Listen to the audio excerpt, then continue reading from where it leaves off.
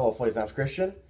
I'm coming to you here from my basically second home, the Residence Inn in Lexington, Kentucky, which is right outside of Keeneland. This is basically where I've been staying here the last few years, as I've been lucky enough to cover the racing meet here in Lexington.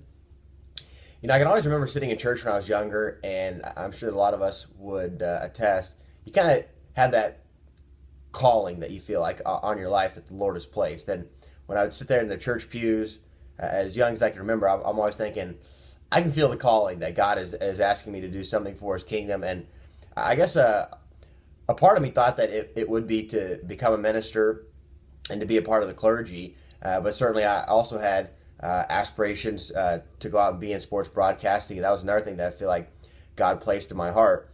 And once TVG offered me a job to come out to California and come back and forth, to be able to come back home to Lexington and to Keeneland, you know, I did have to weigh my options a little bit. I'm trying to think, you know, is this, I mean, it was an amazing offer, and I was really, I almost couldn't believe it, but at the same time, I wanted to make sure that everything was in line with God's path for my life. And no matter what comes along, I always want to make sure that those boxes are checked off.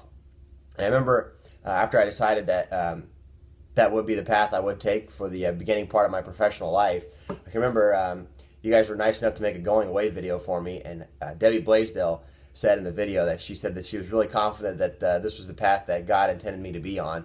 And that was very reassuring for me. And also when I read this excerpt in my Bible from a New York City minister, Robert J. McCracken, says, "A man can be as truly a saint in a factory as in a monastery, and there is as much need of him in the one as in the other." Basically saying you can just be as much of a saint or a patron for Jesus Christ in a factory or in a workspace, or for me, hopefully at a racetrack, as you can be at a monastery or in a church. And, you know, when I take a look at pastors, I have so much respect for them. Obviously, Dave has done such a great job at Floyd's Times Christian, and some of the pastors that we've had a chance to meet with to become the next head of Floyd's Times Christian, just the knowledge of the Bible that they have and the caring heart and spirit that they have is always something that from the bottom of my heart, I'm really going to respect. But it is reassuring to know that we can still be a minister in all different facets of life and in all different areas. And the key is there's as much of a need in one as the other. So the way I take it personally is, you know, I feel like I'm very lucky and fortunate enough to be in a spot where I do something that I love. And also I have a lot of people that that recognize me and want to say hi. And for every time I heard somebody say, "You're the guy from TVG, right?" But I always take that as a chance to be able to stop to talk with each of those people, ask them their names, get to know them a little bit, ask what horses that they like that day, and know that I'm as interested in meeting them as they are to meet me. So just a few simple verses here from Philippians that I think correlate to what we're talking about. And this one I love. It just says, "Shining brightly for Christ." This is Philippians chapter 2, verse 15. It says, "Shining like bright lights in a world full of crooked and perverse people." Now, you don't want to puff yourself up and make you think that you're the only great shining light in what can sometimes be a dark world, but the whole idea of reflecting light, I think, is the main thing to take from that, and just knowing that God has put in that light within you, and you can let it shine and the people around you in all different situations. I mean, even something as simple as just checking out at the grocery store, people can see that light within you if you're willing to show it to them. Also, another one here from the second chapter of Philippians. This is an excerpt from the third verse. Very simple. It says, "Be humble, thinking of others as better than yourselves." And I think that life becomes a lot more enjoyable when you take that edge off.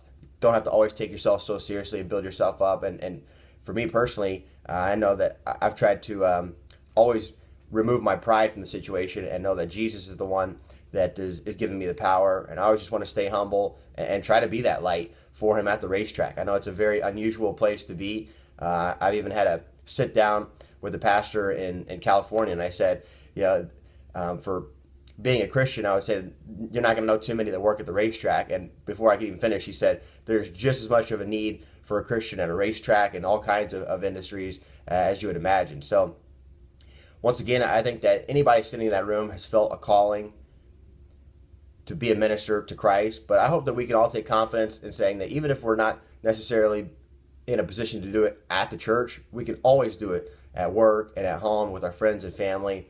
And today, I think the moral of the message should be that we can all use the gifts that God has given us, especially His Holy Spirit within us, to make a difference and to be a shining light to the people around us in any situation.